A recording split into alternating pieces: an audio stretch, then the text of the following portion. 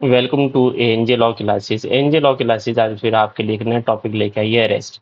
Arrest आज हम पढ़ते हैं, देखते हैं अरेस्ट होता क्या है। तो the word arrest has not been defined under the BNSS. BNSS में अरेस्ट वर्ड डिफाइंड नहीं है, लेकिन लीगल टर्मिनोलॉजी में क्या कहते हैं, arrest means taking into the custody of a person. किसी पर्सन को कस्टडी में लेना, किस उसमें, under the authority of law. Under the authority of law अगर किसी पर्सन को हम कस्टडी में लेते हैं, उसी को हम क्या कहेंगे, अरेस्ट कहेंगे, ठीक है ना। Under the authority of law underline कीजिएगा। अगर under the authority of law नहीं, then arrest shall become illegal. किस पर्पज के लिए, what is the purpose to prevent him from committing offence और to ensure presence during investigation, inquiry and trial, that is IIT। ठीक है। Arrest arrest arrest को two parts में divide कीजिए। Arrest को टू पार्ट्स में डिवाइड कीजिए। Arrest without warrant, arrest with warrant. Arrest without warrant जो है बाय पुलिस के द्वारा हो सकता है। बाय पुलिस सेक्शन से दिए हुए, section 35 clause 1, section 35 clause 2, section 35 clause 3। ठीक है। Next, by private person, private person कर सकता है under section 40, and by magistrate under section 41। Without warrant by police हो सकता है, बाय प्राइवेट पर्सन हो सकता है, बाय मजिस्ट्रेट हो सकता है। बाय पुलिस किस किस सेक्शन में हो सकता है, 35 क्लॉज 1, 35 क्लॉज 2, 35 क्लॉज 3, और सेक्शन 39, सेक्शन 170, सेक्शन 142 क्लॉज 6 और सेक्शन 173 क्लॉज 3, सॉरी 473 क्लॉज 3। अब सेक्शन जो हम अरेस्ट विद वारंट है, वो हम जो है अलग से देखेंगे, सेक्शन 72 से 83 तक। ठीक है। तो हम पढ़ते हैं आगे। अरेस्ट विदाउट वारंट में अरेस्ट बाय पुलिस। देखिए, तो अरेस्ट बाय पुलिस में देखिएगा सेक्शन 35 बहुत ज्यादा इंपॉर्टेंट है, याद रखिएगा। सेक्शन 35, सेक्शन 35 1, सेक्शन 35 क्लॉज 1 कहता है, a police officer may arrest any person without an order from the magistrate and without warrant। Magistrate के ऑर्डर के बिना और बिना वारंट के जो है पुलिस ऑफिसर जो है किसी पर्सन को अरेस्ट कर सकता है। कब कर सकता है, when such person commits, क्या कमिट्स करता है, इन प्रेजेंस, अंडरलाइन कीजिएगा यहाँ पर, इन प्रेजेंस, इन प्रेजेंस में जो है क्या करता है, ऑफेंस कमिट करता है ऑफिसर। ठीक है। इन presence of the police officer he commits a cognizable offence. कौन सा होता है, कॉग्निजेबल ऑफेंस। तो याद रखिएगा, the police officer shall arrest immediately. अगर उनकी प्रेजेंस में कोई पर्सन कॉग्निजेबल ऑफेंस करता है, then such person is liable to be arrested under section 35। ठीक है। नेक्स्ट हमारा देखिए, जहां पर कोई पुलिस ऑफिसर को रीजनेबल कंप्लेंट मिलती है, कोई या तो रीजनेबल कंप्लेंट मिलती है, कोई इन्फॉर्मेशन मिलती है विच इज सस्पिशियस। अगर कोई सस्पिशियस इंफॉर्मेशन जो है पुलिस ऑफिसर को मिली है, then the police officer shall have the right to arrest such person. ठीक है ना। ऐसे पर्सन को जो है वो अरेस्ट कर सकता है। देखिए कैसे, अब ये हमने यहाँ 1 2 लिख दिया, लेकिन ये जो है सेक्शन 35 क्लोज 1 ए ये है, बी, और हम यहाँ देखेंगे सी। ठीक है। The police officer has reason to believe on the basis that the complaint और information that he has committed a cognizable offence. Underline कीजिए क्या, कैसा ऑफेंस किया, cognizable, punishable less than 7 year. अगर किसी पर्सन ने 7 ईयर तक का कोई ऑफेंस कमिट किया है, then the person is not liable to be arrest immediately. याद रखिएगा, यहाँ इमीडिएट अरेस्ट नहीं होगा, नॉट इमीडिएट अरेस्ट। और यहीं पर ये इन एब्सेंस है, यहाँ पर जो है पुलिस ऑफिसर प्रेजेंट नहीं है, police officer is not present. Police officer की इन एब्सेंस में जो है अगर कोई कंप्लेंट और इन्फॉर्मेशन मिलती है पुलिस ऑफिसर को किसी पर्सन की कि सर उन्होंने जो है ऑफेंस किया है, तो पुलिस अरेस्ट कर सकती है। कैसे मामलों में, जो लेस देन 7 ईयर हो, लेस देन 7 ईयर। ठीक है। लेकिन जनरली अरेस्ट नहीं करेगी। और बिफोर दैट द पुलिस शैल सर्व और नोटिस, नोटिस सर्व करती है, वो हम आगे बताएंगे। ठीक है। लेकिन पुलिस ऑफिसर को अगर लगता है कि पुलिस ऑफिसर को लगता है कि अरेस्ट इज नेसेसरी और कंपलसरी है, police officer is satisfied, police officer satisfy है कि arrest must be made, arrest हो सकती है, देन पुलिस ऑफिसर में arrest in the offences which is punishable less than 7 year. देखिए 7 साल वालों में जनरली नहीं करेंगे, लिखा हुआ है सेक्शन 35 क्लॉज 1 के बी में जो है साफ साफ लिखा है कि नहीं करेंगे अरेस्ट। लेकिन अगर वो सेटिस्फाइड है और वो उनको लगता है कि अरेस्ट नेसेसरी है, क्यों नेसेसरी है, क्यों नेसेसरी है, तो आप 35 के आगे देखिएगा, बी के सेकंड प्रोविजन में आप देखेंगे, बी में लिखा हुआ है कब, when it prevents the person from committing a further offence, कि उस पर्सन को जो है जो 7 ईयर से पनिश, जिसने जो है 7 ईयर्स का तक का ऑफेंस किया है, उसको प्रिवेंट करने के लिए, क्या करने के लिए, प्रिवेंट करने के लिए फर्दर ऑफेंस। ठीक है, इसीलिए कि सर वो इंड्यूस ना करे, जो विटनेसेस है विटनेसेस को इंड्यूस ना करे, इंड्यूसमेंट ना करे, ठीक है ना। और जो है ऐसे मामलों में अरेस्ट इमीडिएटली भी कर सकते हैं, जनरली नोटिस दिया जाएगा लेकिन अरेस्ट कर सकते हैं। और सी आ जाइए, सी क्लॉज इंपोर्टेंट है। सी कह रहा है कि police officer has received a credible information, अगर पुलिस ऑफिसर को ऐसी इंफॉर्मेशन मिलती है कि किसी पर्सन ने जो है क्या किया है, कॉग्निजेबल ऑफेंस कमिट किया है। कॉग्निजेबल ऑफेंस कमिट क्या है, punishable with more than 7 year, underline कीजिएगा, more than 7 year, immediately arrest कर लेगी पुलिस, इमीडिएटली अरेस्ट कर लेगी, ठीक है ना। नेक्स्ट आ जाइए, ऑफेंस कमिटेड। अब इसी को हमने 2 पार्ट्स में दोबारा से डिवाइड किया है। जो ऑफेंस हुआ है, यहाँ पर जो आपको ऑफेंस मिला है, जो ये इन प्रेजेंस हुआ है, ये भी कमीशन हुआ है, ये हुआ है, तो ये हुए कैसे हैं, ये हमने आपको बताया कि इन एब्सेंस है दोनों, ठीक है, बी वाला और सी वाला इन एब्सेंस है। तो यहीं पे हमने कहा है कि offence committed in presence of the police officer और in absence of the police officer. अगर पुलिस ऑफिसर की प्रेजेंस में होता है तो police officer shall arrest immediately, ठीक है ना। यहाँ पर देखिए इमीडिएटली अरेस्ट कर ले रहे हैं under section 35 clause 1A।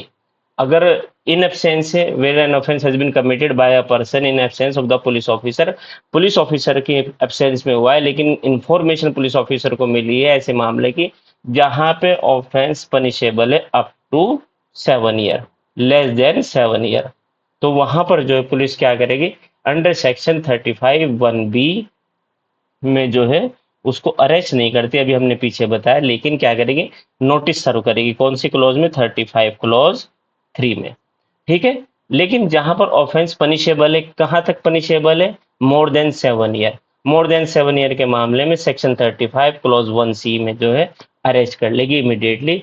Please बहुत इंपॉर्टेंट है, यहाँ पर हमने जो है देखिए डायग्राम के थ्रू हमने जो चार्ट बनाकर आपको पूरा आराम से समझा दिया है, ठीक है। अब आ जाइए कब कब और अरेस्ट कर सकती है पुलिस ऑफिसर, कब अरेस्ट कर सकती है पुलिस ऑफिसर, कब अरेस्ट कर सकता है, who has been a proclaimed offender, proclaimed offender को जो है पुलिस बिना वारंट के अरेस्ट कर सकती है, ठीक है।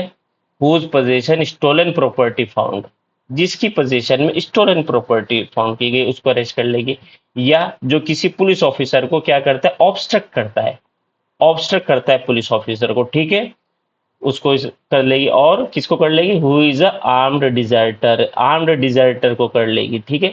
कोई भगोड़ा है, आर्मी से भागे हुए हैं, तो उनको भी जो है पुलिस ऑफिसर बिना कोर्ट की वारंट के कर सकता है। और जिनके ऊपर एक्स्ट्राडिशन का चार्ज लगा हुआ है, जो किसी फॉरेन कंट्री से भागा हुआ है, उनको हमारी लोकल पुलिस जो है अंडर सेक्शन 35 क्लोज 1H में जो है अरेस्ट कर लेगी, ठीक है ना।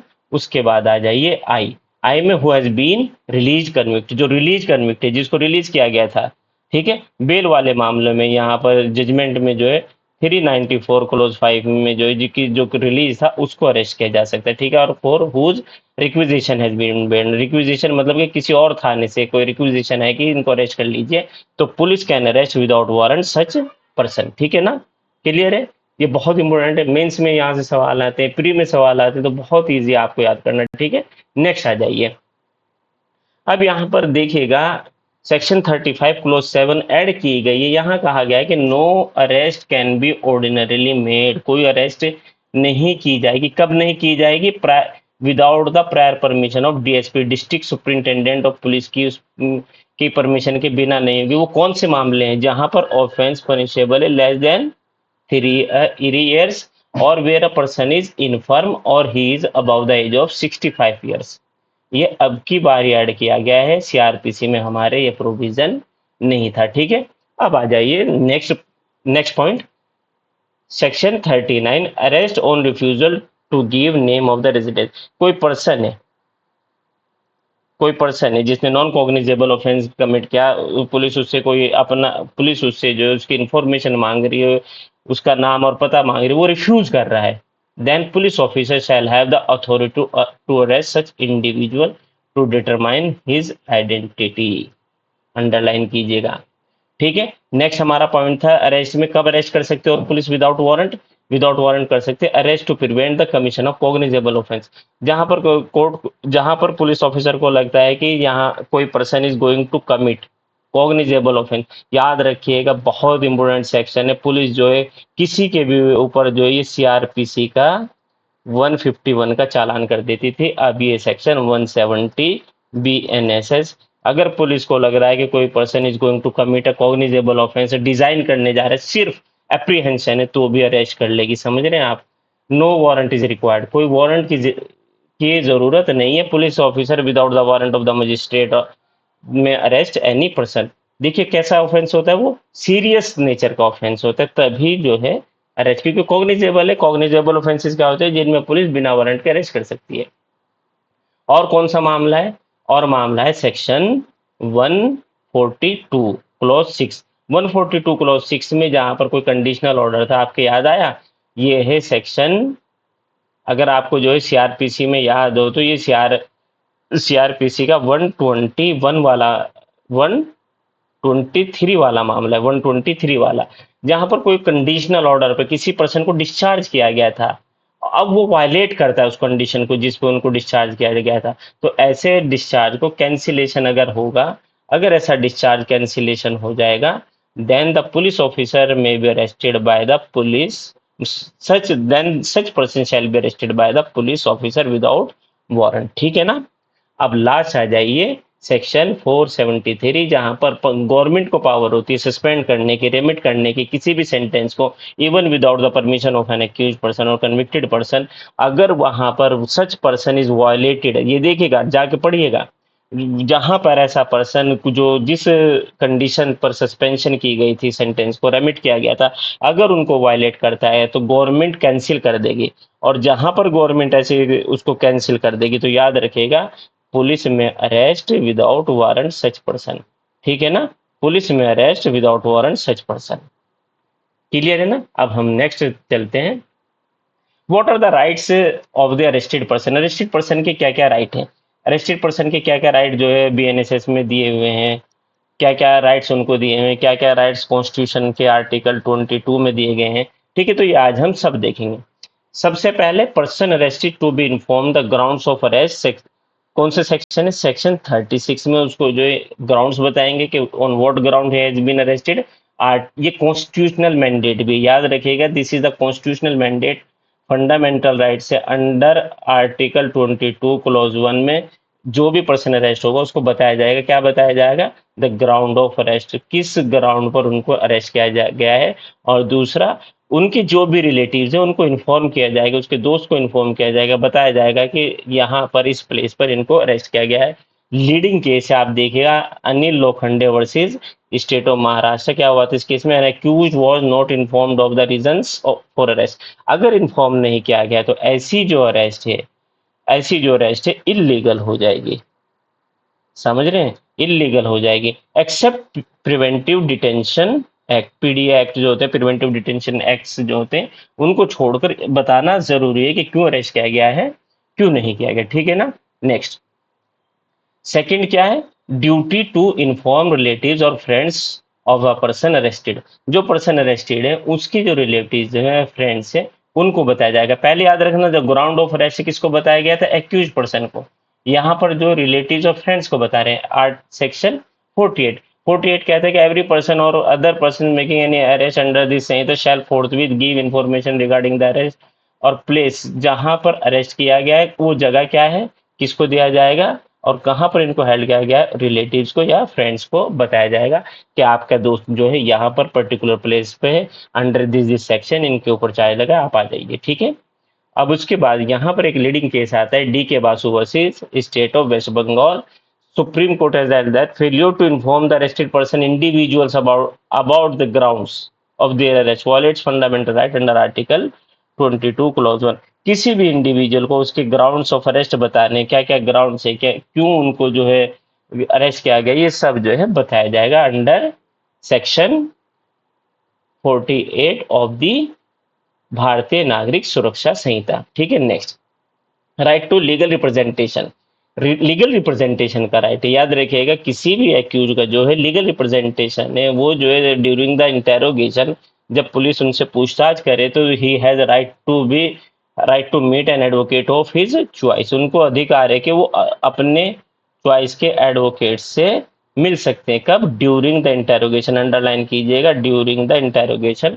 और यहीं हमने लिखा है note through out the interrogation, note through out the interrogation. ठीक है ना। यहाँ पर आता है एक और केस आता है Khatri versus state of Bihar. Khatri versus state of Bihar के केस में सुप्रीम कोर्ट ने कहा था कि जो under section 38 of the BNSS और आपका जो section 41D of the CRPC जो लीगल राइट है by the advocate to the accuse का, ये फंडामेंटल राइट है। It is not only a mere procedure, it is a fundamental right provided under article 21 of the constitution of India. ठीक है ना। Next, और क्या fourth कौन सा अधिकार है एक्यूज को? Right to medical examination of the arrested person. Arrested person को अधिकार है कि वो मेडिकली एग्जामिन्ड हो जाए। When a person is arrested he shall be examined by the medical officer. Medical officer के द्वारा उनका एग्जामिनेशन, अगर उनके ऊपर झूठा एग्जाम उनको अरेस्ट किया गया है तो ये कॉन्स्टिट्यूशनल मैंडेट है कि उनको जो है आप जाइए मेडिकल ऑफिसर से उनका एग्जामिनेशन कराइए। यहीं पर जो है लीडिंग केस आता है Sheela Barse versus state of Maharashtra. Sheela Barse versus state of Maharashtra के केस में जो केस आया था कि सर जो वुमेन होती है, वुमेन्स प्रिजनर्स होती है, क्या उनका जो एग्जामिनेशन होगा, मेडिकल एग्जामिनेशन होगा, वो कौन करेगा? क्या मेल डॉक्टर कर सकते हैं? तो कोर्ट ने कहा नहीं, मेल डॉक्टर नहीं कर सकते, फीमेल डॉक्टर होने चाहिए जहां पर फीमेल एक्यूज है। ठीक है। एंड फिफ्थ क्या है? Person arrested to be produced before magistrate within 24 hours. ये भी कॉन्स्टिट्यूशनल मैंडेट है। Where a person has been arrested under section, where the person has been arrested without warrant by the police officer, he has to be produced before the magistrate under section 58 of BNSS। BNSS के section 58 में with in 24 hours उनको produce करना पड़ेगा, excluding journey time. Journey time को निकालकर उनको जो है मजिस्ट्रेट के समक्ष पेश करना पड़ेगा। ठीक है। अब यहाँ पर जो है दो केस जो है बड़े लीडिंग केस है, Arnesh Kumar versus state of Bihar, और एक केस और जो है सत्येंद्र कुमार अंतिल का है। तो Arnesh Kumar versus state of Bihar का जो केस था ये 2014 में केस आया। अब यहाँ पर जो है कोर्ट ने जो है दोबारा से डायरेक्शन दी, जबकि कोर्ट के पास जो DK बासु का केस था अरेस्ट से रिलेटेड जो गाइडलाइन दी गई थी, तो यहाँ पर गाइडलाइन दी police must satisfy themselves that arrest is necessary for one और more of the following grounds. Arrest तभी होगी जब नेसेसरी है, अदरवाइज अरेस्ट को आप रूल ना बनाइए। Arrest is not a rule. तो किस लिए? To prevent further offence, for proper investigation, to prevent the tampering with the evidence, for the prevention और इंड्यूसमेंट थ्रेट और promise of the witnesses, and ensure accuse presence in the court. हमने शुरू में ये बताया था आपको। ठीक है। सेक्शन 35 क्लोज 1 के बी में जो ग्राउंड्स दिए गए नीचे कि क्यों पुलिस ऑफिसर जो है अरेस्ट करना चाहता है, क्यों वो चाहता है कि एक्यूज रहे, तो ये वहीं पर है। ठीक है ना। प्रिवेंट फर्दर ऑफेंसेस, यही बात फिर अरनेश कुमार में सुप्रीम कोर्ट ने अगेन कही। अब बहुत लीडिंग केस है 2022 का जो है केस है सत्येंद्र कुमार अंतिल वर्सेस CBI। याद रखिएगा बहुत लीडिंग केस है, कई बार जो है पूछा गया केस है Satyendra Kumar Antil versus CBI। CBI के केस में यहाँ पर रूटीन अरेस्ट को मना किया है। कोर्ट ने कहा कि रूटीन अरेस्ट मत कीजिए, आप जो किसी भी मामले में जो उठा के जो अरेस्ट कर ले रहे, और डिनायल ऑफ बेल नहीं होना चाहिए, आप बेल दीजिए। और यहाँ पर जो एक पूरा जो है अरनेश कुमार की जो गाइडलाइन है उसको फिर से कहा गया है जो उन गाइडलाइन को फॉलो किया जाए, और उन्होंने बताया कि क्लासिफिकेशन ऑफ ऑफेंसेस होना चाहिए फॉर द बेल पर्पज। आप जो किन किन मामलों में ऑफेंस देंगे, तो यहाँ पर जो 4 कैटेगरी में जो है for the bail purpose offences को क्लासिफाई किया गया। कैटेगरी 1, कैटेगरी में कहा जो अप टू 7 ईयर पनिशेबल है, समझ रहे हैं। फिर कैटेगरी बी का, कैटेगरी के वो बी के वो ऑफेंसेस है जो मोर देन 7 ईयर है बट जिसमें लाइफ इम्प्रिजनमेंट और डेथ नहीं है। सी कैटेगरी में आते हैं इकोनॉमिक ऑफेंसेस और डी कैटेगरी में offences under special law like PMLA, NDPS, UAPA. ठीक है, तो आई होप कि आप लोगों को समझ आया होगा, आपने एंजॉय किया होगा। आप हमारे और भी जो है कॉन्ट्रैक्ट से रिलेटेड जितने भी सेशंस है वो आपको लाइव मिल जाएंगे और हमारे यूट्यूब चैनल पर मिल जाएंगे। Thank you so much.